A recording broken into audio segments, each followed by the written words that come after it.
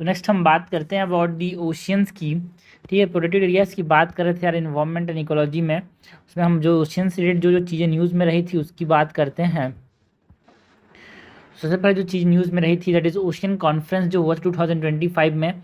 एक यूएन का कॉन्फ्रेंस है वो न्यूज़ में रहा था भाई यहाँ पे। तो उसकी बात करते हैं, यूएन ओशन कॉन्फ्रेंस।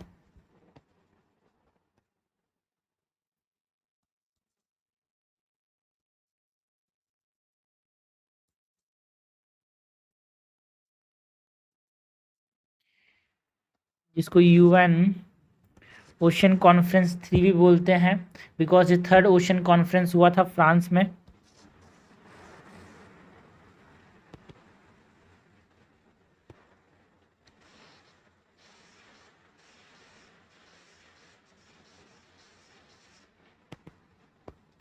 अगर हम ये ओशन कॉन्फ्रेंस की बात करें तो सबसे पहले तो कॉन्टेक्स्ट की बात कर लेते हैं कि हम यहाँ पे ओशन कॉन्फ्रेंस की बात क्यों कर रहे हैं।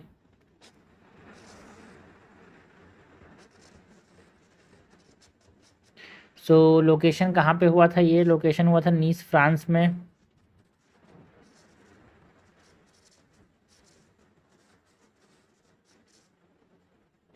को होस्ट कौन था भाई, फ्रांस एंड कोस्टरिका ने यहाँ पे इसको होस्ट किया था।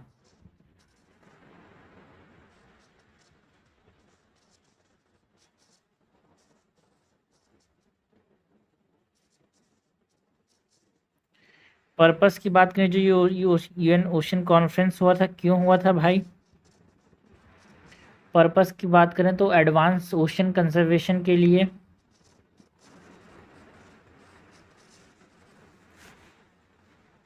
जो SDG 14 है that is life below water, उसको प्रमोट करने की बात करता है।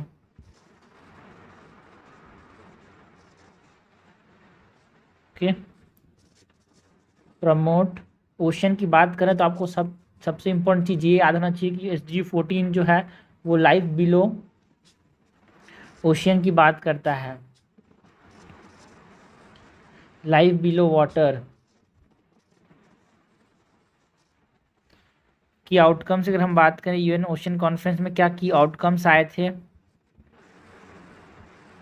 सो की आउटकम्स के अंदर जो पॉलिटिकल डिक्लेरेशन हुआ था यहाँ पे उसकी बात करते हैं। पॉलिटिकल डिक्लेरेशन की अगर हम बात करें तो हम बात करते हैं about one ocean and one future. एक पॉलिटिकल है ना, मतलब आवर ओशन आवर फ्यूचर। अगर हमारा ओशन है हमारा फ्यूचर है, ओशन को अगर सेव नहीं करेंगे गंदा करेंगे तो हमारा ये फ्यूचर के लिए ही दिक्कत होगा। सो ये पॉलिटिकल डिक्लेरेशन आया। यहाँ पे 800 प्लस वॉलेंट्री कमिटमेंट्स लिए गए यार।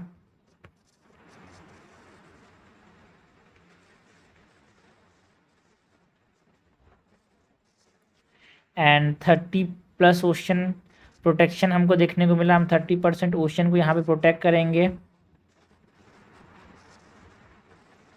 बाय 2030, इसकी बात की गई है ना। जो कमिटमेंट्स हैं इसके अंदर हम बात करें, सो अलग अलग देश ने अलग अलग कमिटमेंट्स किए भाई। लाइक यूरोपियन यूनियन की बात करें तो उसने 1 बिलियन फॉर ओशन कंजर्वेशन दिया सस्टेनेबल फिशिंग के लिए। स्पेन ने 5 न्यू मराइन प्रोटेक्टेड एरियाज बनाए बायोडाइवर्सिटी कंजर्वेशन के लिए। न्यूजीलैंड ने भी यहाँ पे अराउंड $52 मिलियन दिए पैसिफिक एंड ओशन गवर्नेंस को। जर्मनी ने भी पैसा दिया अंडरग्राउंड जो म्यूनिशंस एंड जो बाल्टिक सी है उसको रिमूव करने के लिए, है ना। फ्रेंच पॉलिनेशियन एक तरह से जो प्लान बनाया to create world largest marine protected area जो कि 5 मिलियन स्क्वायर किलोमीटर्स। तो अलग अलग नेशंस ने यहाँ पे अलग अलग कमिटमेंट्स लिए, है ना, यूनाइटेड नेशन ओशन कॉन्फ्रेंस 3 के अंदर। की आउटकम्स के अंदर हमने ये बात की। नेक्स्ट अगर हम बात करें कि इनिशिएटिव्स की जो कि इसके अंदर यहाँ पे लाए गए,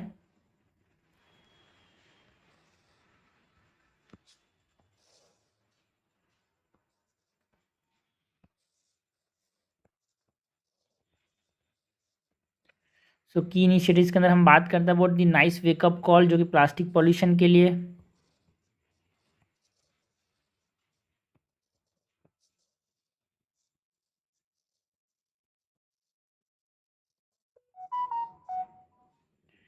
है ना। हाई एम्बिशन कोलिशन किया गया यार।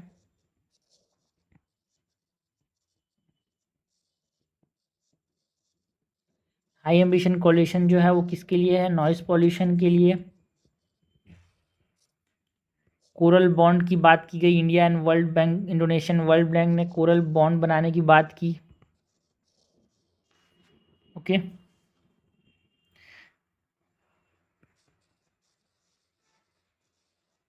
इंडोनेशिया एंड वर्ल्ड बैंक ने, ठीक है।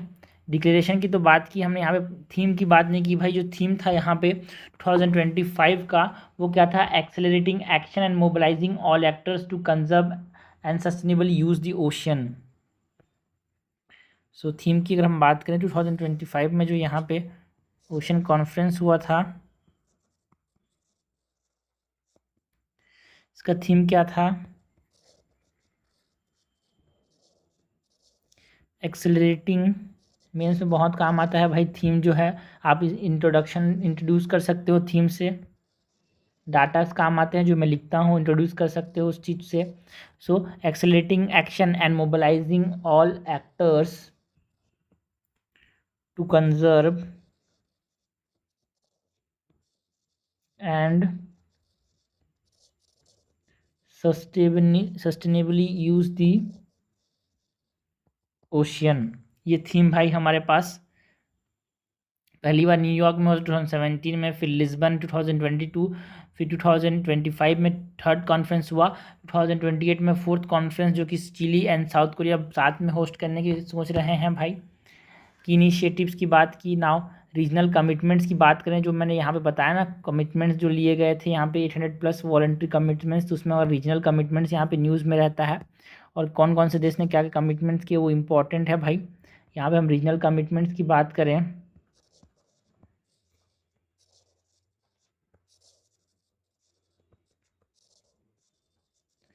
सो यूरोपियन यूनियन ने 1 बिलियन देने की बात की।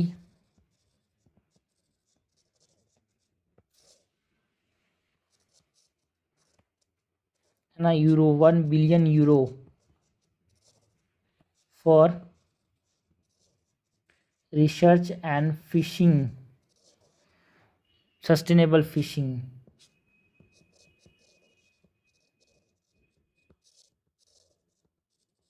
उसके बाद फ्रेंच पॉलिनेशिया की बात करें,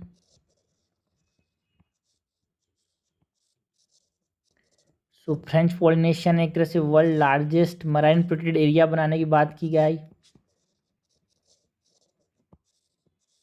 जो कि अराउंड यहाँ पे मैंने बताया कितना होगा भाई, 5 मिलियन किलोमीटर स्क्वायर किलोमीटर्स में फैला होगा।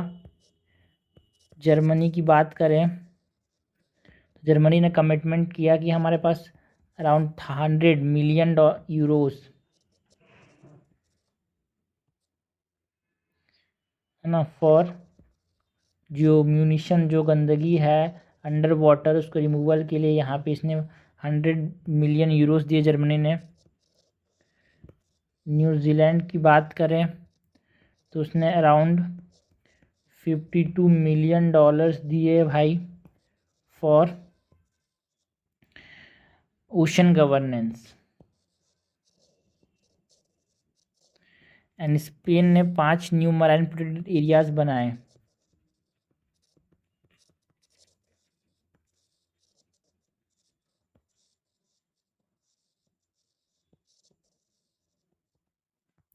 ओके, तो ये हमने बात किया about UN conference, third conference जो हुआ था। नेक्स्ट बात करते हैं यार, जो चीज़ न्यूज़ में है, ओशन एसिडिफिकेशन। ओशन एसिडिफिकेशन हमेशा न्यूज़ में रहता है, बिकॉज न्यू स्टडी ने बताया कि जो ओशन एसिडिफिकेशन है, जो प्लेनेटरी बाउंड्रीज है उसको अपना पार कर चुका है यार। सो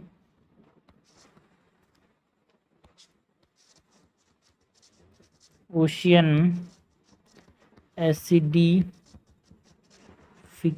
की बात करें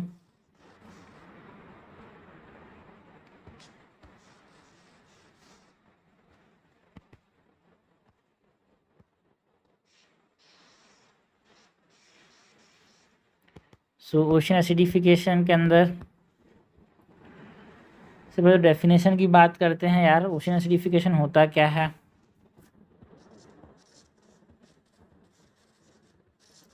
डेफिनेशन की बात करें तो जो रिडक्शन होता है in the pH level of ocean is called as ocean acidification. Reduction in pH levels, and इसको बोलते हैं evil twin of climate change. Evil twin of climate change. Evil twin of climate change क्यों बोलते हैं भाई इसको, है ना। Evil twin of climate change क्यों बोलते हैं, क्लाइमेट चेंज के साथ साथ जब भी क्लाइमेट चेंज होता है CO2 बढ़ता है, CO2 बढ़ने से यहाँ पे ओशन एसिडिफिकेशन होता है, इसीलिए इसको एविल ट्विन बोलते हैं। जुड़ा भाई है क्लाइमेट चेंज है, क्लाइमेट चेंज होगा तो ओशन एसिडिफिकेशन होगा, उससे क्या होगा, मेराइन डिस्ट्रक्शन होगा, और भी क्लाइमेट चेंज, मतलब क्लाइमेट चेंज तो हो रहा है, उससे दिक्कत होगा भाई मराइन इकोसिस्टम को। डेफिनेशन के बाद अगर हम कॉजेज की बात करें कि जो ओशन एसिडिफिकेशन से क्या क्या कारण है, सो एब्जॉर्प्शन ऑफ एटमॉस्फेरिक CO2 यार, एब्जॉर्प्शन ऑफ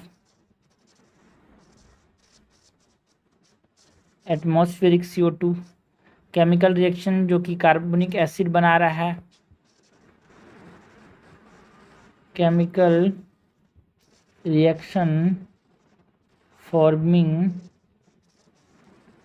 कार्बोनिक एसिड, इसकी वजह से भी यहाँ पे क्या हो रहा है, CO2 अंदर जाए तो केमिकल रिएक्शन होता है, जिससे क्या होता है, यहाँ पे कार्बोनिक एसिड बन रहा है। ओशन एसिडिफिकेशन का क्या इम्पैक्ट हो सकता है भाई, कार्बोनेट जो है कोरल्स के अंदर वो डिप्लीट हो जाते हैं यार उसके साथ रिएक्ट करके, सो कार्बोनेट डिप्लीशन देखने को मिलता है। ऑल्सो जो कैल्शियम कार्बोनेट होंगे वो रिड्यूस हो जाते हैं, किस लिए, जो शेल्स एंड स्केलेटन्स के लिए बनाने के लिए, CaCO3 फॉर सेल्स ये रिड्यूस हो जा रहा है ओशन एसिडिफिकेशन की वजह से, बिकॉज वो कार्बोनेट के साथ मिलके मतलब बना लेता है, जो कि यहाँ पे इसको अपटेक नहीं कर सकते वो हाइड्रोजन जो है वो। एंड डिसरप्शन देखने को मिल जा रहा है भाई, इसकी वजह से मराइन फूड चेन में डिसरप्शन हो रहा है, disruption of marine food web हमको देखने को मिल रहा है। तो ये हमने बात की कि क्या ओशन एसिडिफिकेशन से क्या क्या दिक्कतें का सामना करना पड़ता है भाई, क्या क्या दिक्कतों का सामना करना पड़ेगा ओशन एसिडिफिकेशन से अपने को। ओशन एसिडिफिकेशन के पास नेक्स्ट हम बात करते हैं अबाउट जो न्यूज़ में रहा था यार, that is darkening of the global ocean, ठीक है। क्योंकि ये न्यूज़ में इसलिए था बिकॉज एक study title darkening of the global ocean यहाँ पे एक निकला था, स्टडी आया जिसने बोला कि जो 21% जो ग्लोबल ओशन है वो डार्कन हो चुके हैं बिटवीन 2003 टू 2022। तो ये स्टडी आया था, इसके लिए हमारे पास ये न्यूज़ में था, तो उस क्वेश्चन बात आ सकता है यार, तो इसकी बात करते हैं। Darkening of the global ocean,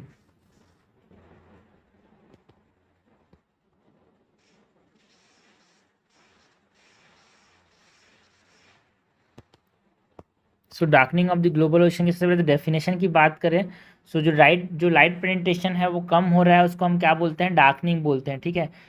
जो ओशियन वाटर पे है ना, जिसकी वजह से जो फोटिक जोन है जहाँ लाइट पहुँच रहा है वो कम होता जा रहा है, श्रिंक हो जा रहा है। सो डेफिनेशन की बात करें,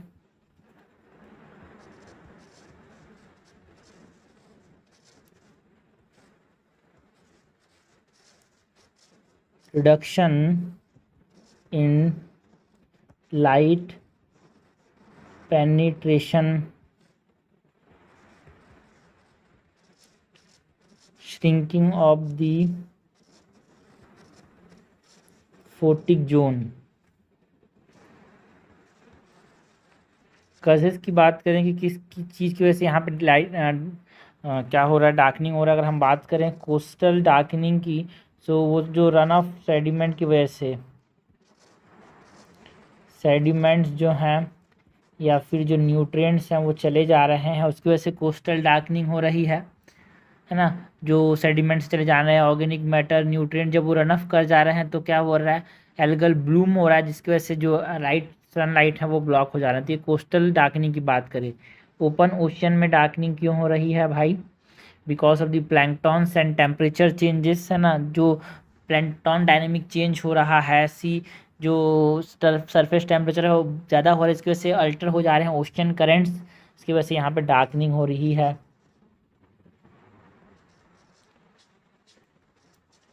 प्लैंकटन एंड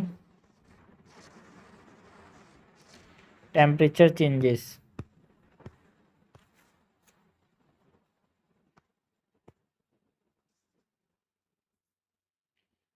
कॉजेज के बाद नेक्स्ट हम बात करते हैं वो इकोलॉजिकल इम्पैक्ट की।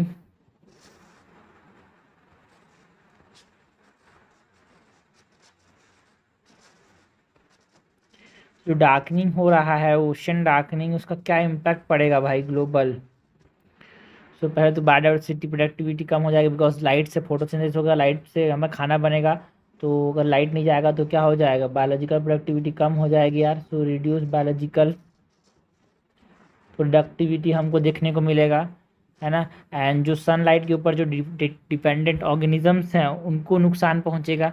सो this threatened and the threat to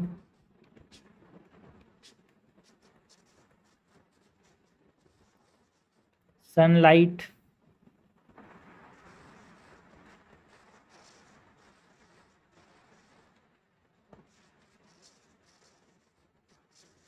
organism. Next हमारे पास जो क्लाइमेट रेगुलेटिंग प्रोसेस है उसमें डिसरप्शन देखने को मिलेगा यार। Disruption of climate regulating process. So ये हमने बात की about what darkening of the ocean, global ocean. So यहाँ पे हमने फोटिक जोन की बात करी कि डार्कनिंग में जो फोटिक जोन है वो कम होता है। तो ये फोटिक जोन होता क्या है उसकी अगर हम बात करें यहाँ पे,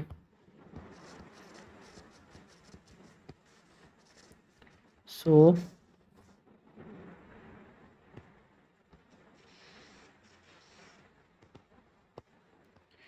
है ना, सनलाइट अपर लेयर जो कि अराउंड 200 मीटर्स होता है उसको हम क्या बोलते हैं, फोटिक जोन।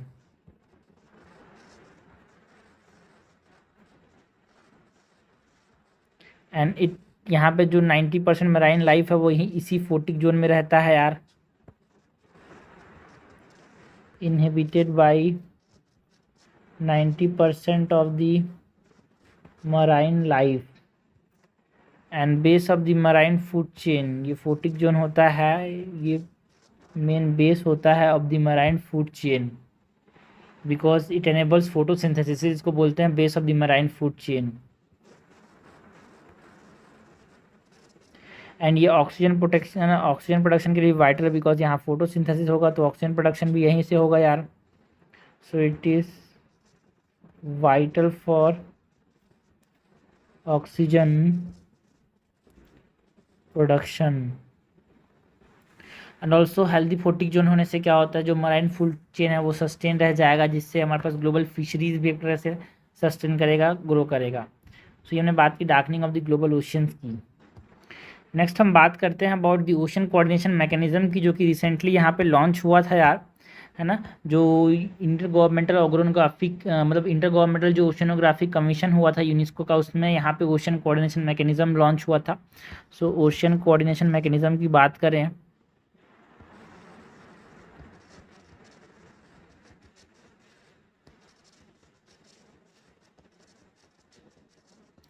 सो OCM शॉर्ट में बोले तो OCM, ओशन कोऑर्डिनेशन मैकेनिज्म। सो ये जो ओशन कोऑर्डिनेशन मैकेनिज्म है वो न्यूज़ में था।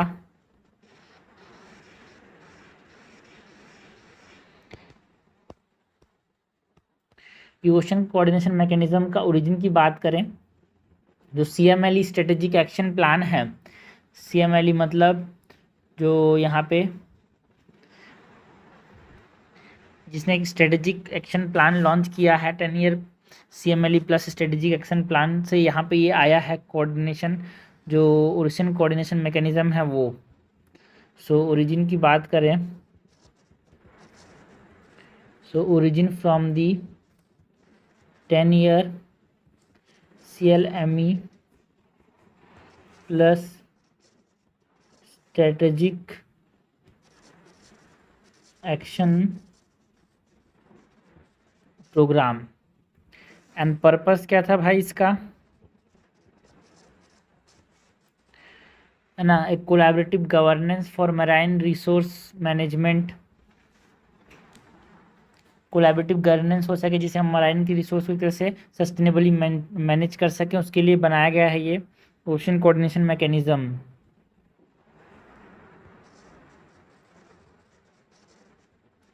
Collaborative governance for marine resource management. Purpose के बाद नेक्स्ट हम बात करें और दी फोकस रीजन की। ये जो ओशन कोलैबोरेशन और ओशन कोऑर्डिनेशन मैकेनिज्म है वो किस रीजन पे फोकस करता है यार?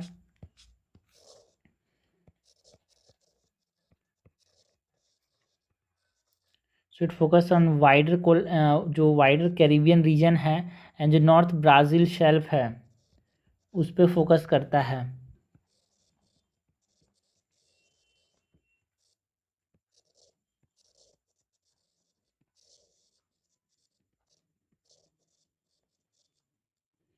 ऑब्जेक्टिव्स की बात करें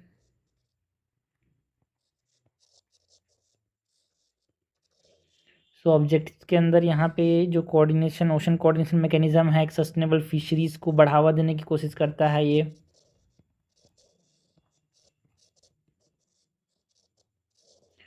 पॉल्यूशन को रिड्यूस करने की कोशिश करता है, इसका एक ऑब्जेक्टिव पॉल्यूशन रिडक्शन करना है ना। जो ब्लू कार्बन कंजर्वेशन है उस पर ध्यान देना है यार।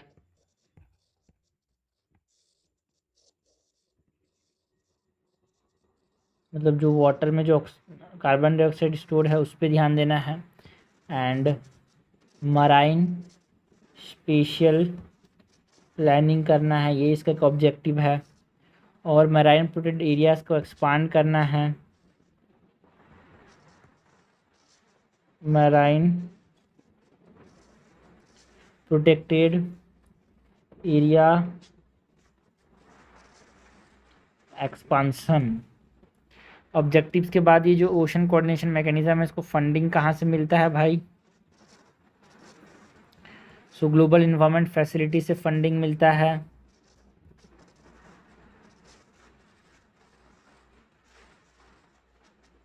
इसको क्या नाम दिया? GEF and $15 million via UNDP GEF है ना। UNDP GEF procurable plus project,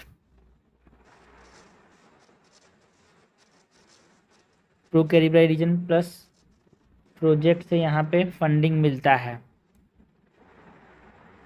यहाँ पे जो ओशन कोऑर्डिनेशन मैकेनिज्म है इसकी बात की, इसको एक इंटर गवर्नमेंटल ओशियनोग्राफिक कमीशन जो हुआ यूनेस्को का, जिसमें यहाँ पे इसको लॉन्च किया गया उसकी बात करें अगर इंटर गवर्नमेंटल ओशियनोग्राफिक कमीशन की,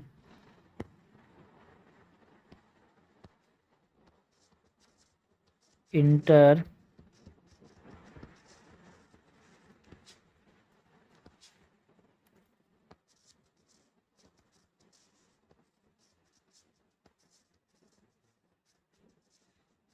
गवर्नमेंटल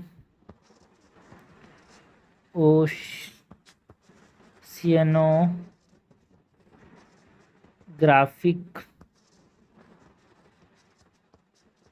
कमीशन की बात करें IOC,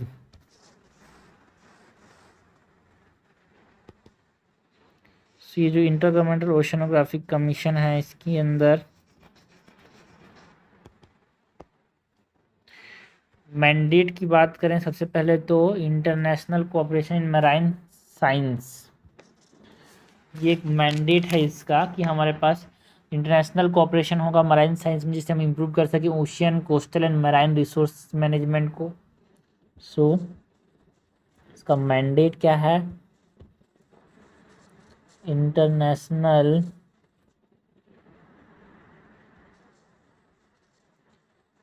कोऑपरेशन इन मराइन साइंसेस। कोर एरियाज़ की बात करें सो कोर एरियाज़ में हम बात करते हैं about capacity development,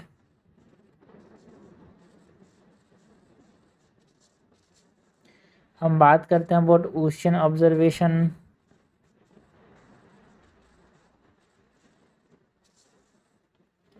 tsunami warning system की,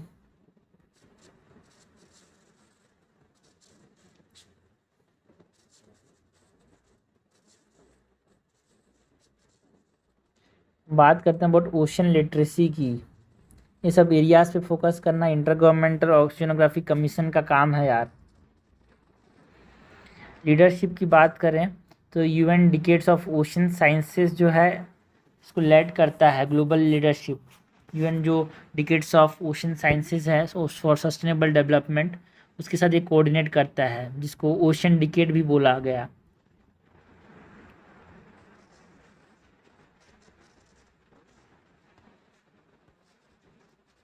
UN decade of ocean science 2021 to 2030। Leadership के बाद हम सेक्रेटरीट की बात करें तो ये जो इंटर गवर्नमेंटल ओशियनोग्राफिक कमीशन है, इसका सेक्रेटरीट कहाँ पे है यार? पेरिस के अंदर, फ्रांस में। नेक्स्ट हम बात करते हैं about the blue flag certificate की। बिकॉज 5 ब्रीचेस जो थे महाराष्ट्र के अंदर, उनको ब्लू फ्लैग सर्टिफिकेट मिला, जिससे एक तरह से मेजर अचीवमेंट है toward the coastal cleanliness and sustainable tourism. So अगर हम बात करें ब्लू फ्लैग सर्टिफिकेट की,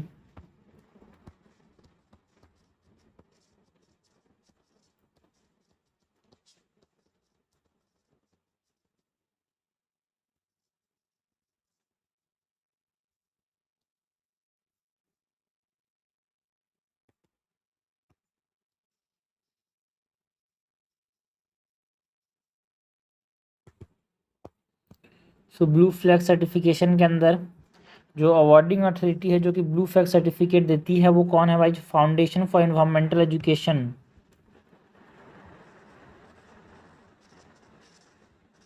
awarding authority is the foundation for environmental education. Short बोले तो FEE, जो कि कहाँ पे है? डेनमार्क में।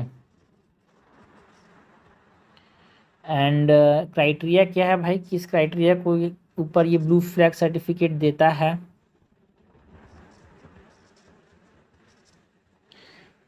Okay,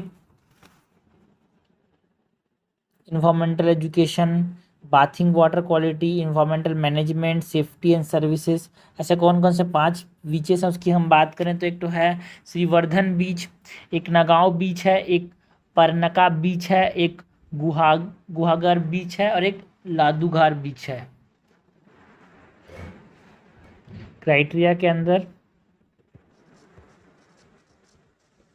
environmental education,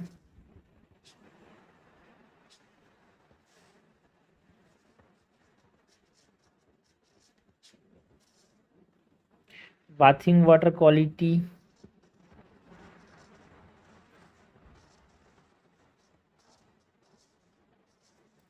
environmental management,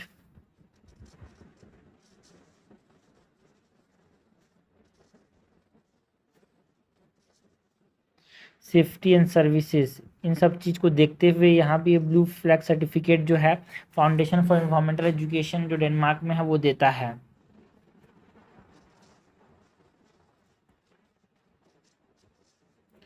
Indian context में यहाँ पे जो मैनेजिंग एजेंसी है वो कौन है भाई?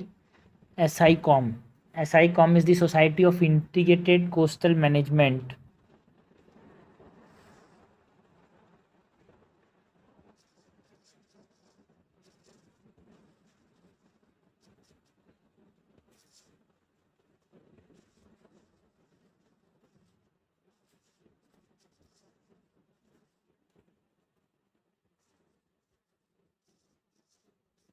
जो कि किसके अंदर आता है? Ministry of environment, forest and climate change के अंदर। इंडियन इको लेवल की बात करें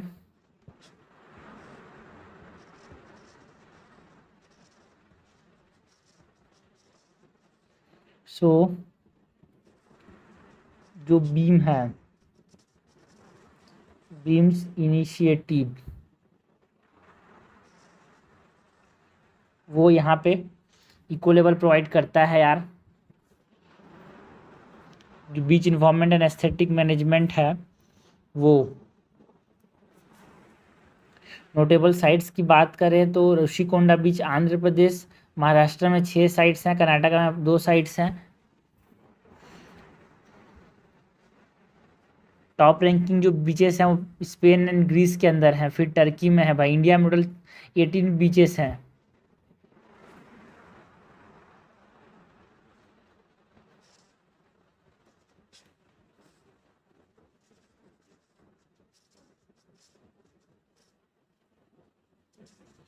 नोटेबल साइट्स की बात करें तो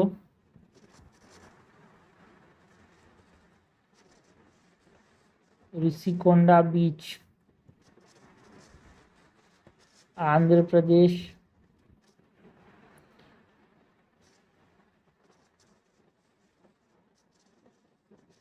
महाराष्ट्र में 6 साइट्स हैं, 5 को अभी दिया गया। कर्नाटका में कितने हैं? 2 साइट्स। टोटल इंडिया में कितने हैं? टोटल 18 हैं। अभी 5 ऐड हुए, पहले 13 थे। 13 + 5 = 18। अभी जो 5 नए ऐड हुए उसमें जो महाराष्ट्र के जो बीचेस की बात करें यहाँ पे,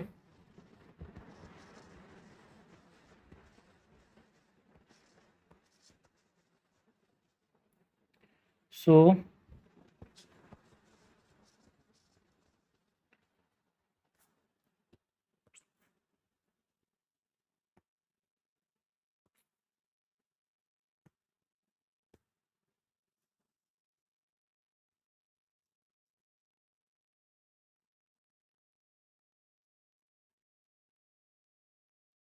इसमें 5, पहला जो है इट इज़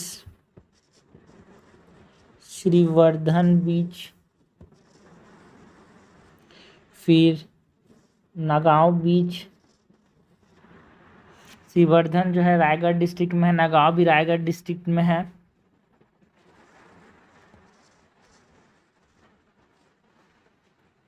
परनका बीच जो है वो पलघाट डिस्ट्रिक्ट के अंदर है। गुहर बीच जो है वो रत्नागिरी डिस्ट्रिक्ट में है।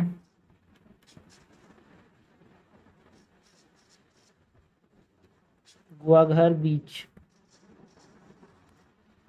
एंड 5वां बीच जो है इट इज लादघर बीच, जो कि रत्नागिरी में है। Guhagar and Ladghar is in Ratnagiri and Shrivardhan and Gugaon is in Raigad district. तो हमने बात की about the blue flag certificate की।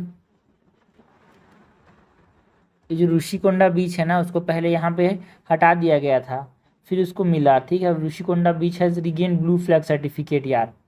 उसको 2020 में मिला था बट उसको टेम्पररी रिवोक कर दिया गया था because environmental management and hygiene की वजह से। And the only blue beach in Andhra Pradesh blue flag वो कौन सा है भाई? ऋषिकोंडा। नेक्स्ट हम बात करते हैं about the high seas treaty की। ओशंस की बात करें, हाई सीज ट्रीटीज़ की बात ना करें ऐसा हो ही नहीं सकता। और हाई सी ट्रीटीज़ यहाँ पे न्यूज़ में था भाई। हाई सी ट्रीटीज़ जो है, हाई सी ट्रीटी, क्योंकि जो Morocco had become the 60th country to ratify the high sea treaty, इसीलिए न्यूज़ में था। एक तरह से ये इंटरनेशनल लीगल फ्रेमवर्क जो कि प्रोटेक्ट करता है बायोडाइवर्सिटी को इंटरनेशनल वाटर्स में, वो है ये। सो हाई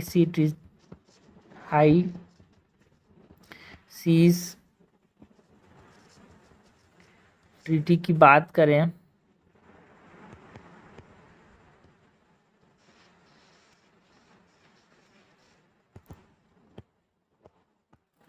सो कॉन्टेक्स्ट की अगर हम बात करें न्यूज़ में किस कॉन्टेक्स्ट में था ये। So first legal framework for international water bodies,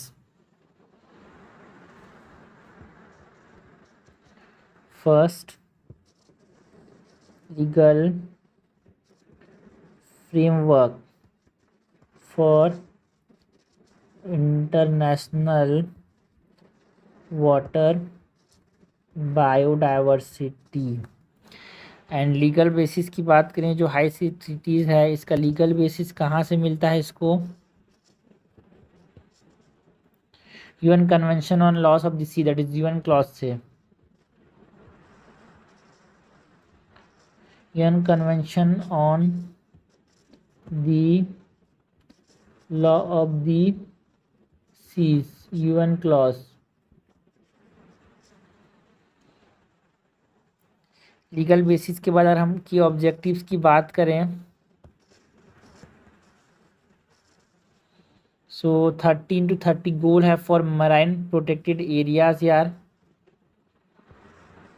13 to 30 goal for marine protected areas, जो marine genetic resource benefit sharing है, वो एक इसका ऑब्जेक्टिव है। ऑल्सो जो इन्वायरमेंटल इम्पैक्ट असेसमेंट करना, ये हाई सी ट्रीटी का एक ऑब्जेक्टिव है।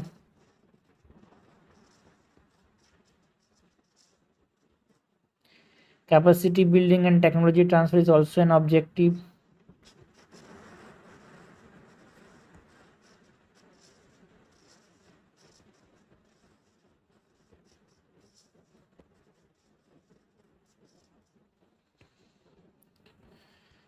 लास्टली जो रेटिफिकेशन स्टेटस की अगर हम बात करें,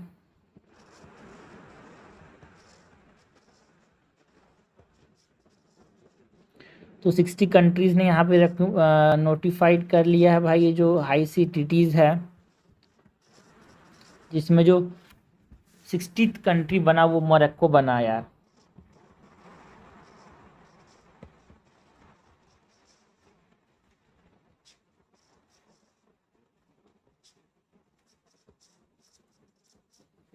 एंड इंडिया साइन कब किया था जो हाई सी ट्रीटीज़ को, 2024 में साइन कर चुका है, बट उसको रेटिफाई नहीं किया है यार।